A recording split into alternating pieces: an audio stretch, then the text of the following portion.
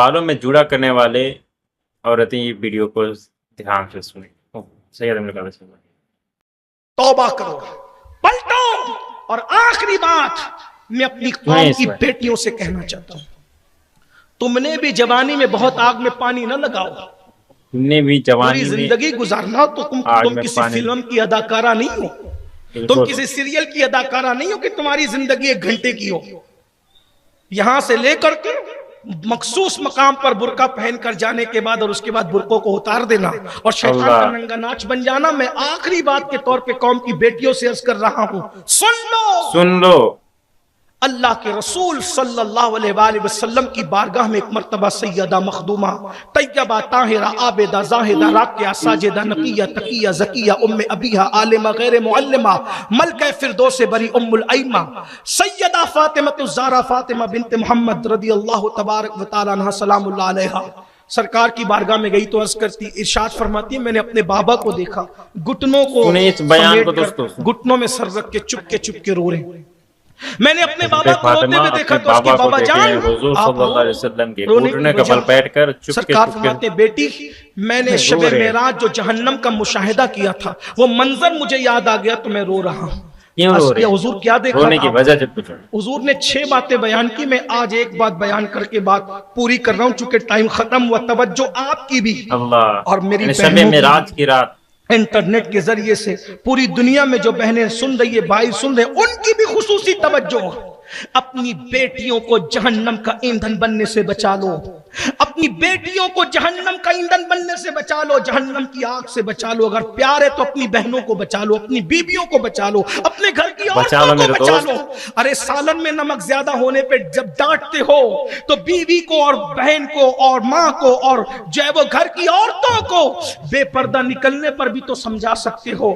اگر اللہ اکبر میں کہ جا کر کے 10 منٹ تمہارا ٹائم سے لیٹ آتی ہے تو تم 2 دن بعد بند کر سکتے ہو، تو بے پردہ گھومنے پر بھی تو تم تنبیہ کر سکتے ہو. خدا کے لیے، اپنی ذات کے لیے تم نے غصے دکھائے، اللہ کے لیے بھی کبھی غصہ دکھا کے دیکھو، اللہ کے لیے بھی کبھی غصے کا اظہار کر کے دیکھو. اللہ اکبر. سیدہ کائنات کہتی، میں نے اپنے بابا کائنات کے تاجدار سے پوچھا، مالک کائنات سے، عالمین کے مالک سے میں نے پوچھا، آقا یہ بتائیں اے رحمت للعالمین، اے مالک عالمین یہ بتائیں کہ آپ نے کیا دیکھا؟ فرمایا، بیٹی میں نے دیکھا کہ جہنم میں کچھ عورتیں ہیں جو ننگی ہے، آندھے منہ لٹکی ہوئی ہے، سر نیچے ہے پیر اوپر ہے، ننگی ہے.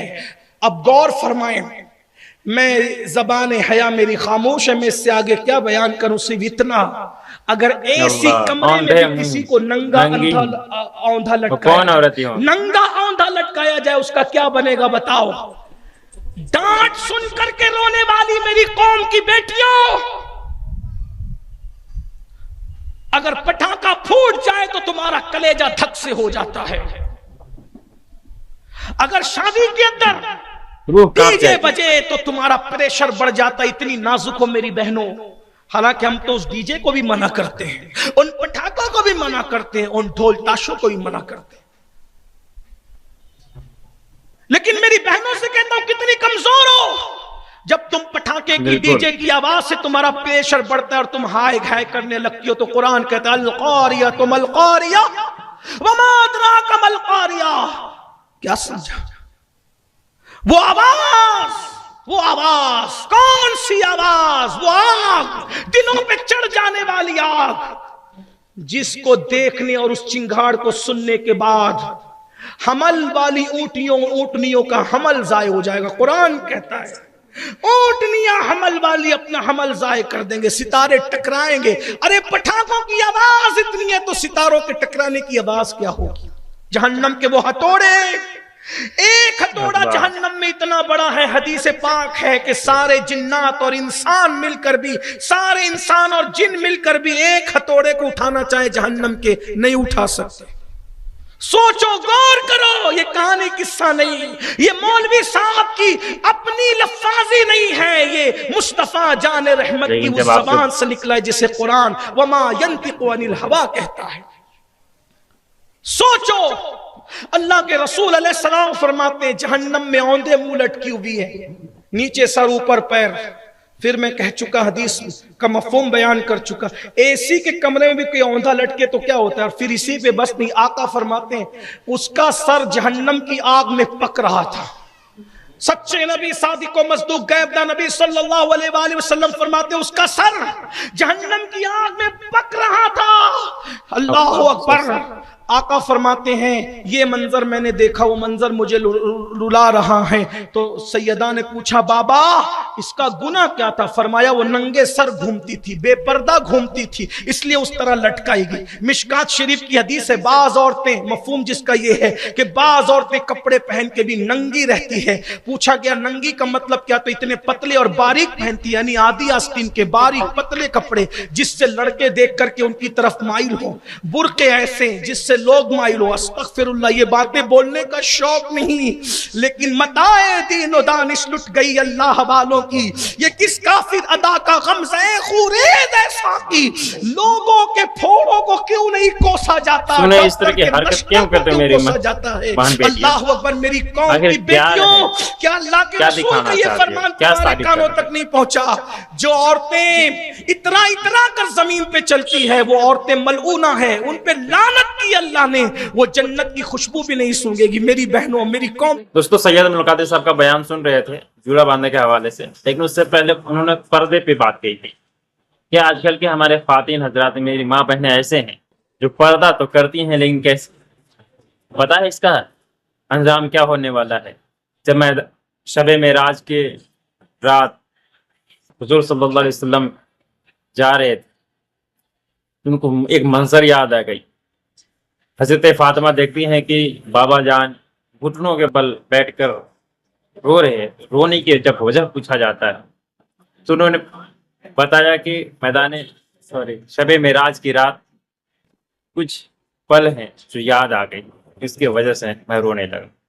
انجام پوچھا گیا کہ وہاں کچھ عورتیں کو ننگا دیکھا گیا، الٹے آندھے لٹکے ہوئے، اور اس کا الزام کیوں ہو رہا تھا دوستوں؟ بتایا جاتا ہے کہ وہ پردہ نہیں کرتے تھے۔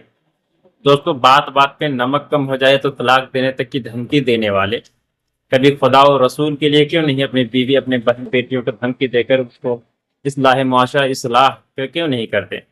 دین کی اصلاح کیوں نہیں کرتے؟ چلیے سب سے بہترین بات یہ ہے کہ آج کل کچھ لڑکیاں یا عورتیں پردہ تو کرتی ہیں لیکن اس میں بھی اب خرافات شامل کر لیے ہیں۔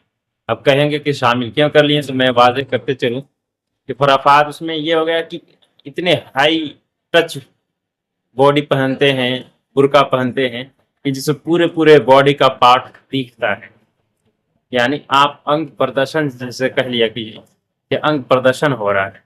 دوستو یہ ساری چیزیں آپ برقع کرنے کے لیے کہا گیا ہے، ایسی نہیں کہ ایسے آپ برقع پہنے، ایسے حجاب پہنے کہ جس سے باڈی کا ایک پارٹ چھلک جائے۔ اتنی پتلے باریک اور پٹا اڑتی ہیں کہ بال کی سیاہی کیا پورے بال کیا پورے سر تک دکھ کر آتا ہے۔ اگر اس سے کیا ہی بولا جائے، پردے کے حوالے سے سید ابن القادر صاحب کے بیان کو پورا سنیے، آپ کو زیادہ سمجھ میں آئے گا۔ بس آپ کو چھوٹی سی ریکویسٹ کرنے آیا کہ ہماری ویڈیو اگر آپ کو اچھی لگتی ہے تو چینل کو سبسکرائب کر لیجیے، ویڈیو کو شیئر کر دیجیے تاکہ دوسرے کو دین سیکھنے کا موقع ضرور ملے۔ چلیے ویڈیو کو پورا سنیے۔ قوم کی بیٹیوں، یہ زندگی ہمیشہ رہنے کی جگہ نہیں ہے۔ فون پر لمبی گفتگو لڑکوں سے کر کے، صرف موبائل پر اپنی آبرو کا سودا، صرف شادی کی لالچ پر آبرو کا سودا، بعض تو یہاں تک مردود کہ شادی شدہ عورتوں سے بھی عشق لڑاتے ہیں، ان کو شادیوں کی لالچ دیتے، بچوں کو پالنے کی لالچ دیتے۔ سنو، اللہ کے رسول علیہ السلام فرماتے ہیں شادی شدہ عورت سے زنا کرنے والے ایسے کو لڑکوں پوری امت کا آدھا عذاب دیا جائے گا، یعنی پوری امت محمدیہ کو جو عذاب ہوگا۔ تمہارے میرے نبی کا فرمان ہے، یہ کسی مولوی صاحب کا، لیڈر کا، سیاسی لیڈر کا فرمان نہیں۔ سنو سنو سنو، غور سے سنو، کارخانے داروں، سائزنگ والوں، کرانہ دکان والوں، نوکریاں کرنے والوں، داڑھی والوں، ٹوپی والوں، دینداروں، دنیا داروں، سب سن لو، سفید کپڑے پہن کر، قیمتی کپڑے